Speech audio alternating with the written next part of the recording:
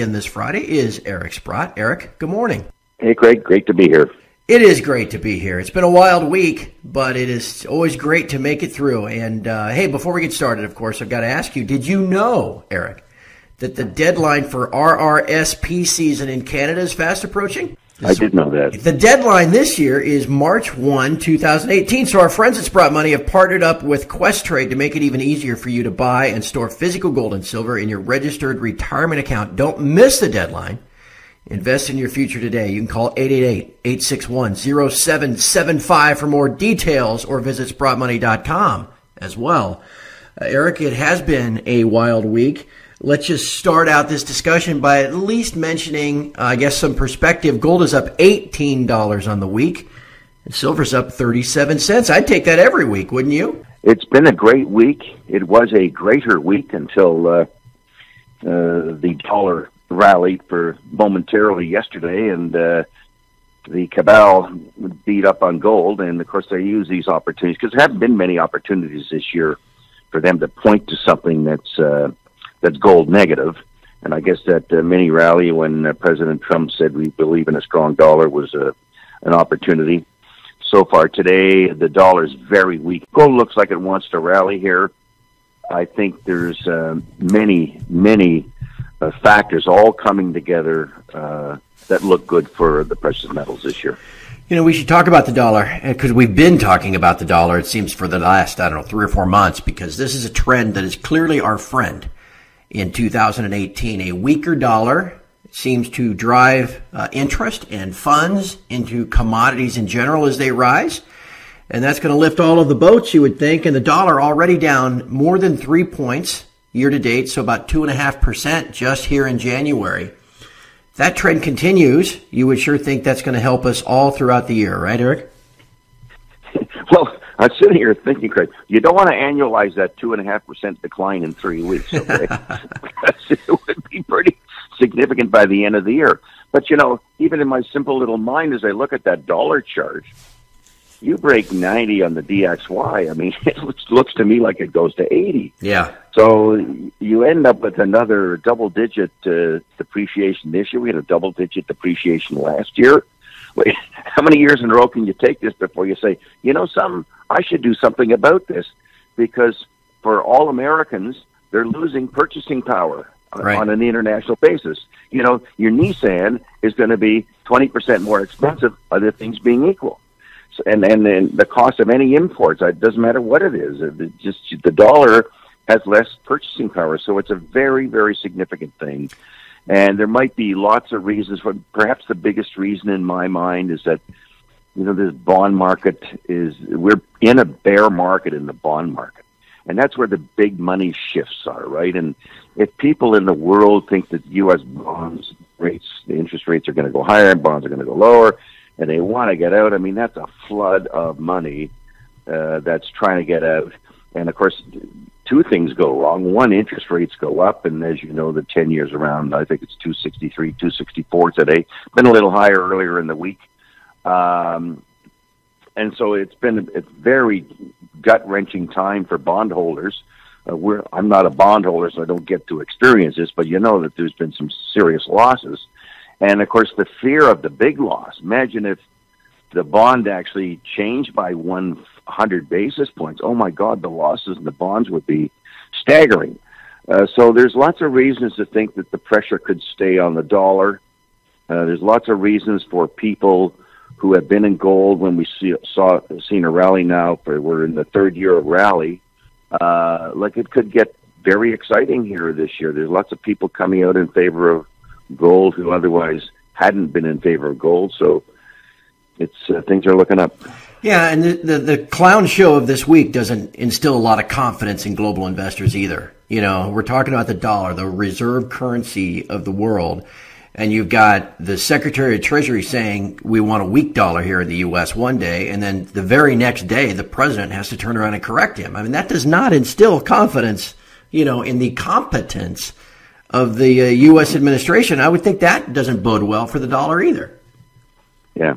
And I might add, a president who says one thing one day and can say the opposite thing the next day. Yeah. So you never know. where we all stand here. And of course, the whole trade issue on washing machines and solar panels. There may be some action out of some of the countries affected here, which will have a negative impact. But those sorts of things cause people to be disappointed in the dollar as well. So, and we have other economic data that's been weak, and maybe we should talk of that too. Well, you mentioned the data. The data this morning was weak. Fourth quarter GDP, first guess, came in below expectations at 2.6 versus an expectation of 3. And the durable goods orders down here in the States, everybody thought they looked good just on the headline number. But if you strip away the spending on aircraft for Boeing and strip away the spending on bombs and guns and everything else to make war, durable goods core is actually negative. Doesn't really bode well either, does it? No. And we're getting lots of indications that things aren't as strong as they should be. Most of the ISMs have been weak. The Fed surveys have been weak. The retail sales were weak in December. There's lots of indications that we're not starting off in a there's lots of talk of a boom, but I'm not so sure there is a boom. The data is certainly not supporting it. And wouldn't it be interesting if all of a sudden that data just continued to stay soft and we realize, you know what, crossover America, who's receiving their 20% increase in their health care bill and their rent increases and the food going up, and we're seeing more signs of inflation. Even the GDP report, I think inflation was 1.9% in the fourth quarter. Well, you know what, many people don't get 1.9% wage increases, so it's been tough for the average guy here. In fact, it's been ridiculously tough for the average guy, and I think that will continue to play out. You can't expect someone to spend money that he doesn't have, particularly when prices around him are actually going up. That's right. Even though they're not recorded as going up. So that's a big concern. So it all kind of piles together into making an interesting stew for higher metal prices as we go through the year. Not straight up. Everybody wants things to go straight up like Bitcoin, but certainly the trend is going in our direction with flows of money from around the world now looking for an undervalued sector. Commodities are it. And if the dollar's going to keep falling, it would seem to be that commodities would keep rallying, and gold and silver are treated as such. And so it looks good. GLD is adding metric tons, if you think that's important. and all in all, it looks like we're off to a good start, doesn't it? It sure does. And, it's not just precious metals. I mean, we've had some pretty good rises in base metals here. Lead, zinc, nickel, copper. I was shocked to see the price of lumber is almost $500 a 1,000 board feet, which is twice what it was a couple of years ago. It's got to mean the cost of housing is going up. So there's lots of action in a asset class that looks like it's the last class to go. Everything else is gone. And some of them are still going. It looks like there's lots of room for commodities to continue to run here, because the money, no one has recommended anyone be in commodities for a long time, and it looks like our time has come. Yeah. Now, I know you keep a close eye on the crypto market because you find it fascinating. What have you seen there this week? Well, it's interesting. The fact that Bitcoin is down, I think it's around 10,500, actually touched below that probably last week, sort of rallied this week, and then it's given up that rally here on Friday. There's a coin exchange in Japan that closed, that they stopped withdrawals.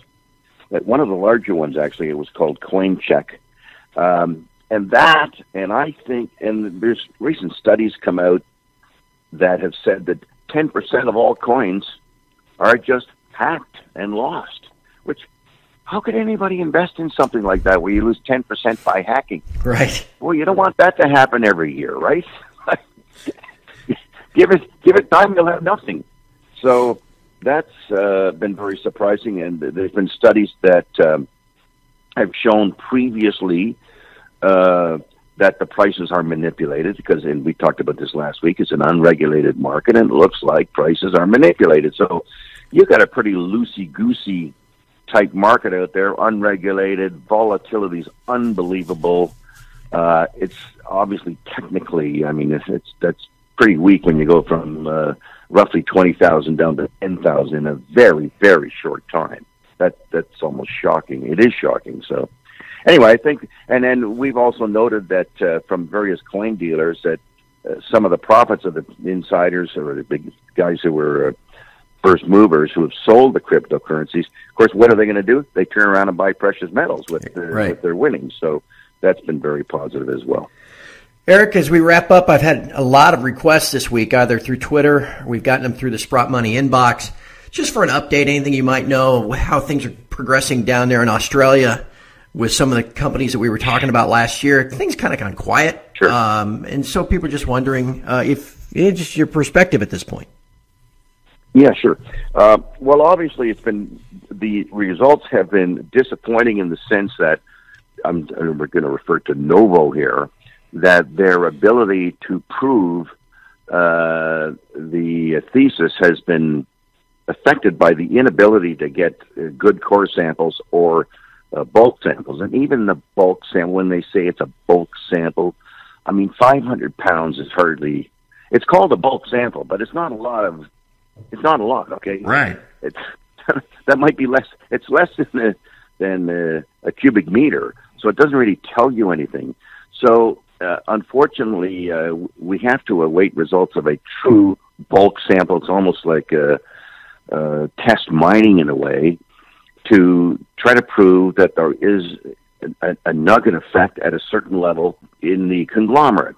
And the one biggest thing that's happened that's a negative is that there were hopes that the conglomerate might be somewhere between potentially 10 meters of thickness and, let's say, 2 or 3 meters of thickness. And it looks like, and I don't want to jump the gun here, and I'm only commenting on what's in the public domain here, that thickness might be as little as half of a meter. Now, that's also what they had in South Africa. They only mined, I think it was like 40 centimeters, and of course they had over 1 billion ounces of gold. So you can still have huge amounts of gold here, but it's taken us from we're not talking hundreds of billions of ounces or maybe tens of billions of ounces. Even 1 billion would be fine, okay, Craig? Right. But it has shrunk the scale of things, and of course it's delayed the time when we know exactly what's going on, because now they got to take these bigger bulk samples and get them tested and prove to the world what kind of consistent grade we can get, and that hasn't been done yet. So we'll just have to wait for that, and of course, anytime you say wait, stocks weaken. Right. In the case of Novo, it was up something like 20% yesterday, and there are suggestions, and I believe this, that when warrants expire on these stocks, there were some 85-cent warrants that expired, and I don't know how many there were, but let's say there are 3 or 4 million. A lot of people don't want to put up the 85 cents, so they just sell the stock. Well, you bring in that selling into the market, which is an unusual timing event. It can create weakness, and it would seem that most of those warrants are now, people have done whatever they're going to do in terms of selling, so the pressure's off. We just have to stand by and wait and see what these trenching results will do. And, of course, in the case of Nova, they're going to get to go into Comet Well, which is 100% owned property, and I think that will certainly help the flavor of things when they get started up there. So it's been we really haven't had any news to hold on to, but we're still believers in the thesis that there's a major deposit there. It's not being proven in the timeline that all of us bulls would like to have. So right. We'll have to stand by on that one. Some fabulous perspective from someone who should know. I mean, that's you're a legend in knowing this stuff, Eric, and so we just really appreciate you passing along your wisdom, no doubt about it. And my friend, it has been always fun to talk to you, and it has been a very fun start to the year. I look forward to next Friday. I suppose by next Friday we'll have an employment report to discuss and all that kind of stuff again. So it'll be another fun talk next week. But for now, I think we'll just call it a day and wish you a happy weekend. Okay, great.